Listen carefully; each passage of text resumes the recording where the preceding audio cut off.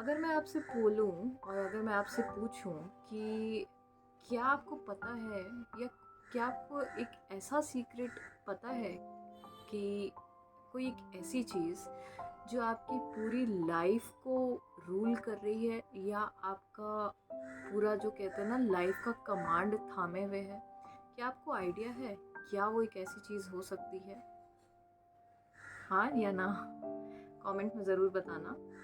खैर, इस टॉपिक पे आज हम बात करेंगे। हाय, वेलकम, प्रणाम। मेरा नाम है सुष्मिता और आपका फिर से स्वागत है मेरे YouTube channel heal your life with Sushmita पे। तो आज हम जिस टॉपिक के बारे में बात करेंगे वो एक्चुअली हमारी लाइफ का सबसे इम्पॉर्टेंट फैक्टर है जो हमारी पूरी लाइफ को चला रहा है, गवर्न कर रहा है। और हमको सैडली उस चीज़ के बारे में ज़्यादा कुछ क्या, इनफैक्ट शायद बहुत किसी को कुछ पता ही नहीं है उस चीज़ के बारे में। तो जी हाँ, आज मैं जिस बारे में बात करूँगी वो है the very famous the power of your subconscious mind. Yes, अब ये सबकॉन्शियस माइंड क्या होता है इसके पहले आपको ये जानने की ज़रूरत है। हमारा जो माइंड है, हम सभी के पास एक माइंड होता है और हमारा जो एक माइंड होता है वो माइंड बेसिकली एक ही है लेकिन उसके कैरेक्टरिस्टिक्स होते हैं। और जो हमारा माइंड है उसका डुअल कैरेक्टरिस्टिक्स है। पहला कॉन्शियस माइंड और दूसरा सबकॉन्शियस माइंड। अब ये जो कॉन्शियस माइंड है इसको बेसिकली अगर आप बहुत सिंपल भाषा में समझे तो कॉन्शियस माइंड वो माइंड है जो जिसको आप थिंकिंग माइंड कह सकते हैं, रीजनिंग माइंड कह सकते हैं, डिसाइसिव माइंड कह सकते हैं। बेसिकली आप जिस भी टॉपिक के बारे में जब भी जिस बारे में भी सोच रहे हैं, विचार कर रहे हैं, किसी चीज़ के बारे में चिंतन कर रहे हैं, वो सारा जो काम कर रहा है वो कौन कर रहा है? कॉन्शियस माइंड कर रहा है। और जो सब कॉन्शियस माइंड है वो कहीं डीप लेवल पे जाके बैठा है। और जो सब कॉन्शियस माइंड है इसका बेसिक एक नेचर जो है वो है रिएक्टिव काम करना। कॉन्शियस माइंड का काम बेसिकली है जो भी आपके सामने प्रेजेंट है उसके बारे में उसको देखना, सुनना, समझना, सोचना, विचार करना। और सब कॉन्शियस माइंड कहीं अंदर जाके जो बैठा है उसका काम सिर्फ यही है कि आप उसको जो ऑर्डर दोगे बस आपके उस ऑर्डर पे वो काम करेगा, रिएक्ट करेगा। तो सबकॉन्शियस माइंड का बहुत सारे डिफरेंट कैरेक्टरिस्टिक्स है। अगर कुछ मैं बात करूँ तो सबसे पहले कि ऐसा नहीं है कि किसी के पास ये सबकॉन्शियस माइंड है, किसी के पास नहीं है। हम सभी के पास सबकॉन्शियस माइंड है, बट सैडली जैसे मैंने कहा कि हमको कुछ पता ही नहीं है इसके बारे में। और जब आपको इसके बारे में पता चलेगा तब आपको पता लगेगा कि ये कितना पावरफुल है, क्योंकि ये आपकी पूरी लाइफ को चला रहा है। और कॉन्शियस माइंड तो बेसिकली जो माइंड होता है, कॉन्शियस माइंड वो सोच रहा होता है, समझ रहा होता है, वो सारे वो एक्शन वाले काम कर रहा होता है। सब कॉन्शियस माइंड जैसे मैंने बोला कि सिर्फ रिएक्टिव और रिएक्शन वाले काम कर रहा होता है।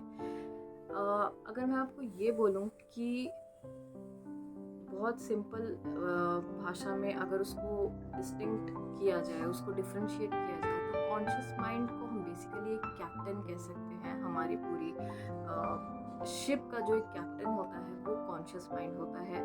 वो पूरे जो शिप के क्रू होते हैं उसको कमांड कर रहा होता है। और सब कॉन्शियस माइंड है वो चुपचाप बेचारा ऑर्डर टेक कर रहा होता है। सब कॉन्शियस माइंड का बेसिकली काम है कि आप उसको बताओ और वो मेक श्योर करेगा कि हम उसी तरह का आपको सिचुएशन दे, आपको वही चीज़ें दे जैसे आपने सोच रखा है। तो अब इसी चीज़ से समझ में आता है कि सबकॉन्शियस माइंड जो है ना बेसिकली काम करता है लॉ ऑफ बिलीफ पे।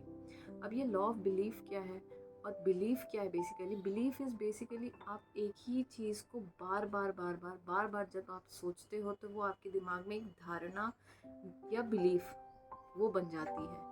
किसी भी चीज़ को लेकर के, किसी भी टॉपिक को लेकर के, किसी इंसान को लेकर के जब आप एक ही थॉट को बार बार अपने दिमाग में सोचते हो वो एक बिलीफ बन जाता है। और वो इसी बिलीफ पे सबकॉन्शियस माइंड रिएक्ट करता है। अगर आप बार बार सोचोगे कि यार मैं ये चीज़ अफोर्ड नहीं कर सकती, यार मेरे पास तो इतने पैसे ही नहीं हैं, मेरी तो ज़िंदगी ख़राब है, मेरी तो ये है, मेरी तो वो है, आप जो भी बार बार सोच रहे हो आपका सबकॉन्शियस माइंड चुपचाप से वो उस चीज़ को ले लेता है, आपके उस ऑर्डर को ले लेता है, एंड नाउ उसका काम ही होता है कि मेक श्योर करना कि आप जो भी अपने अंदर बैठा लिए हो, आपका जो बिलीफ बन चुका है, बस एग्जैक्टली उसके अकॉर्डिंग रिजल्ट प्रोड्यूस करना। आपने बोला कि आप अफोर्ड नहीं कर सकते बार बार, और आपने मन में एक विश्वास बना लिया कि मैं नहीं अफोर्ड कर सकती, आपका सबकॉन्शियस माइंड मेक श्योर करेगा कि आप ज़िंदगी में सच में अफोर्ड कुछ भी नहीं कर पाओ।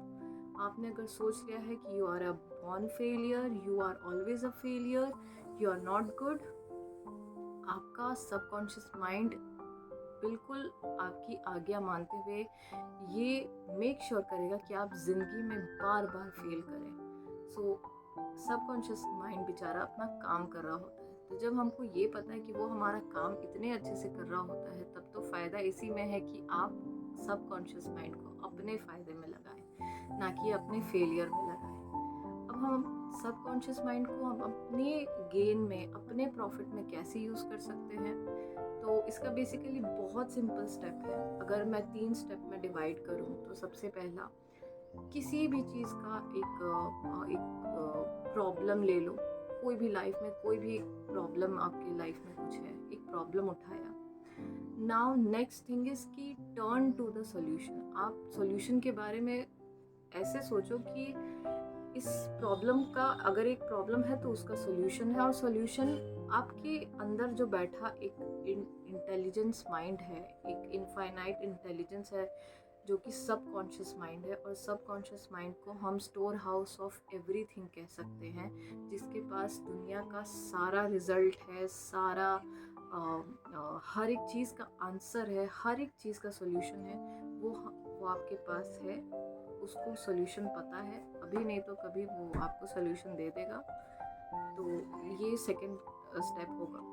थर्ड स्टेप है आपको एक बिलीफ, एक अनडिनाइबल बिलीव रखना कि आपको आंसर मिलेगा ही मिलेगा, और इसका कोई ये नहीं है, कोई डाउट करने वाला कोई बात ही नहीं है कि आंसर नहीं मिलेगा। बिल्कुल आंसर मिलेगा, क्योंकि सबसे इम्पॉर्टेंट अगर कोई चीज़ है तो वो है फेथ, विश्वास रखना कि आपको उसका आंसर मिला है, and now you are out of that problem, you are out of that situation, and now it is done, ये काम हो चुका। Now take that rest, now take rest. तो हम बेसिकली अपने सबकॉन्शियस माइंड को अपने फ़ायदे में ऐसे यूज़ कर सकते हैं। तो मुझे लगता है मुझे इसके बारे में अभी जितना कुछ पता था उतना मैंने बता दिया है। धीरे धीरे हम आगे इस प्लेलिस्ट में कुछ और भी बात करेंगे कि इसके कैसे कैसे टेक्निक्स होते हैं, आप अपने सबकॉन्शियस माइंड को कैसे कैसे यूज़ कर सकते हो, और बहुत सारी ऐसी बातें जो एक बुक में लिखी हुई है, the power of subconscious mind, और जिससे मुझे बहुत बेनिफिट हुआ है। तो उसके बारे में आगे बिल्कुल बात करेंगे। तब तक के लिए शुक्रिया, थैंक यू।